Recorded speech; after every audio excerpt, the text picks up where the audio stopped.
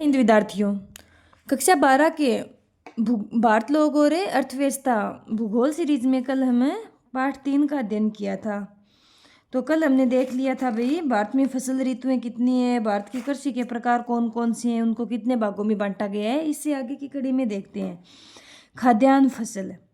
तो खाद्यान्न फसलों के बारे में अलग अलग विशेषता आएगी कि कौन सी फसल में भारत का कौन सा स्थान है और कौन सी फसल में मतलब है कितना प्रतिशत है, कौन कौन से राज्यों में होती है और कौन सी फसल की क्या क्या विशेषताएं हैं। ये क्वेश्चन बनते हैं यहाँ से।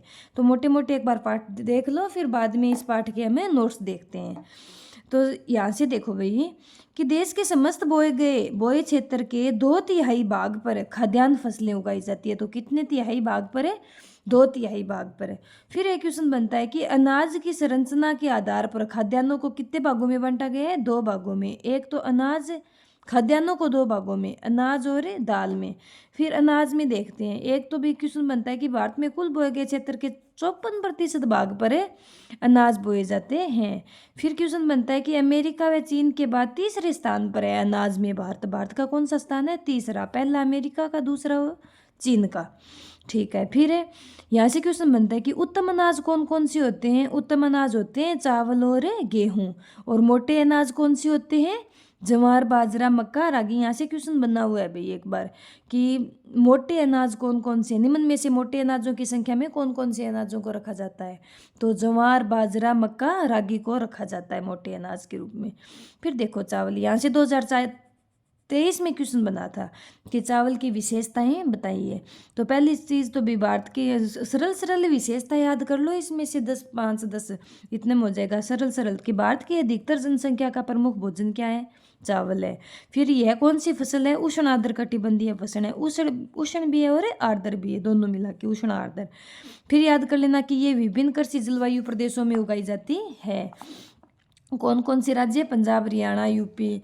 फिर यहाँ पे चावल की 2, यहाँ से अच्छा क्वेश्चन बन रहा है भाई ये एक देखो कि पश्चिमी बंगाल में किसान चावल की कितनी फसलें लेते हैं? 3 फसलें लेते हैं, ओस, अमन और बोरो। क्वेश्चन बनता है कि ओस, अमन और बोरो क्या है? पश्चिमी बंगाल में किसानों द्वारा उगाई जाने वाली चावल की फसल है ओस, अमन, बोरो। ठीक है। फिर देखो यहाँ से कि चीन के बाद भारत का इसमें कौन सा स्थान है? चावल में दूसरा स्थान है। ये चीज़ें यहाँ से याद कर लेना भाई। छोटा क्वेश्चन इससे ओ समन बोरो वाला बनता है, ये देख लेना। बाकी इसकी विशेषता और चावल के राज्य याद कर लेना। ठीक है। आगे देखो गेहूँ, यही सेम चीज़, गेहूँ की विशेषता याद करनी है पहले। तो भारत का कौन सा स्थान है चावल के?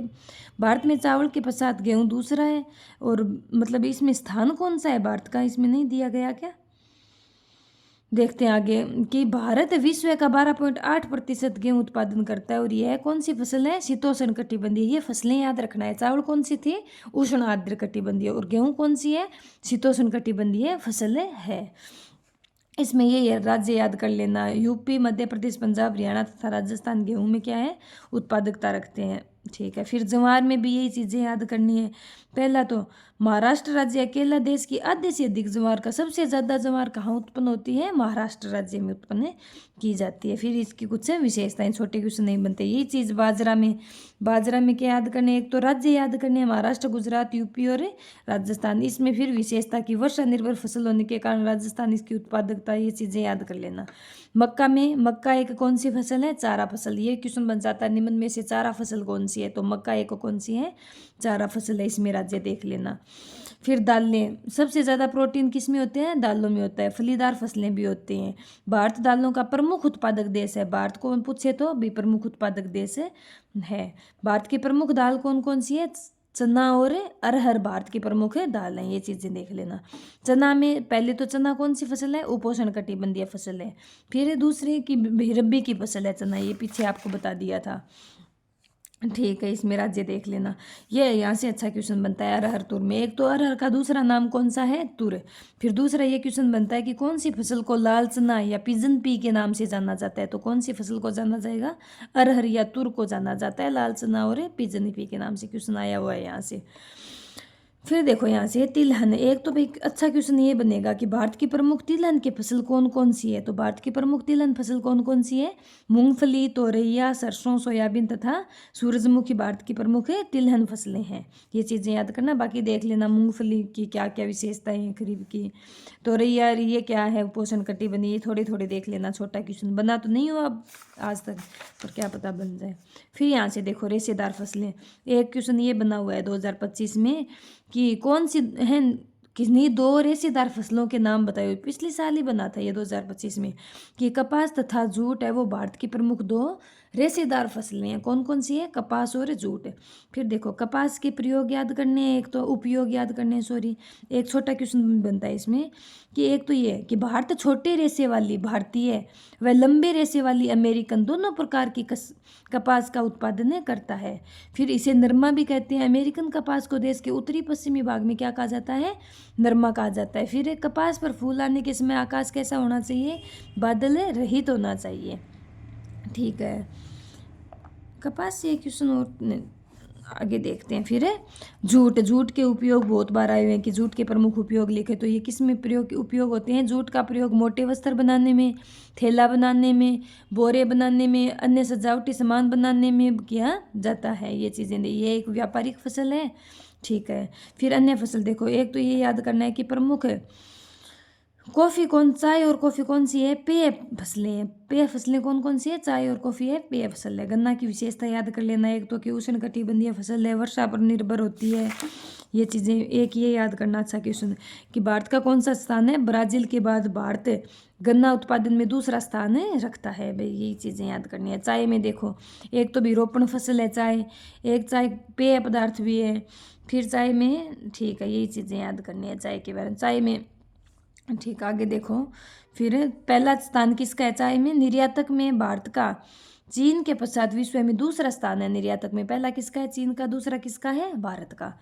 फिर देखो कॉफ़ी, कॉफ़ी में अच्छे क्वेश्चन बनते हैं दो तीन। एक तो पेय पदार्थ है, दूसरा उष्ण कटिबंधीय रोपण कृषि है, एक कॉफ़ी की 3 किस्मों के बारे में पूछते हैं कि कॉफ़ी की प्रमुख 3 किस्में कौन कौन सी है। तो अरेबिका, रोबस्ता और लिबेरिका। कई बार ये कि अरेबिका, रोबस्ता और लिबेरिका क्या है? तो कॉफ़ी की 3 फसलें। उल्टा भी कि कॉफ़ी की 3 फसलों। फिर एक भारत में अधिकतर उत्तम किस्म की अरेबिका कॉफ़ी का उत्पादन की, भारत में कौन सी किस्म की कॉफ़ी का उत्पादन किया जाता है? तो कौन सी किस्म की होगी? अरेबिका किस्म की कॉफ़ी का उत्पादन किया जाता है। फिर यहाँ से याद कर लेना भाई, भारत में कृषि विकास के बारे में समझाए। कृषि विकास के बारे में पॉइंट एक तो ये क्वेश्चन बना हुआ है कि स्वतंत्रता प्राप्ति के बाद सरकार द्वारा कौन कौन से उद्देश्य खाद्यान्न के उत्पादन बढ़ाने में कौन कौन से उपाय अपनाए गए। तो यहाँ दो तीन उपाय हैं कि एक तो व्यापारिक फसल की जगह खाद्यान्न फसल उगाई गई, दूसरा कृषि गहनता को बढ़ावा दिया गया, तीसरा कृषि योग्य बंजर तथा प्रतिभूमि को कृषि योग्य भूमि में परिवर्तित किया गया। ये 3 उपाय याद करने हैं। बाकी सीधा क्वेश्चन आ सकता है कि भारत में कृषि विकास को परिभाषित करें। ठीक है, यहाँ से देख लेना भी, हरित क्रांति के नाम से किसे जाना जाता है? मेक्सिको में गेहूं, मेक्सिको में और चावल है, फिलीपींस की किस्में हैं। ये चीज़ें, सतत कृषि के लिए राष्ट्रीय NMSA का पूरा नाम क्या है? सतत कृषि के लिए राष्ट्रीय मिशन है। ये चीज़ देख लेना। ये 3 पॉइंट है, यहाँ से ये याद कर लेना कि कृषि उत्पादन में वृद्धि तथा प्रौद्योगिकी के विकास से आप क्या समझते हो। ये 3 पॉइंट दिए गए हैं, 3 पॉइंट याद कर लेना।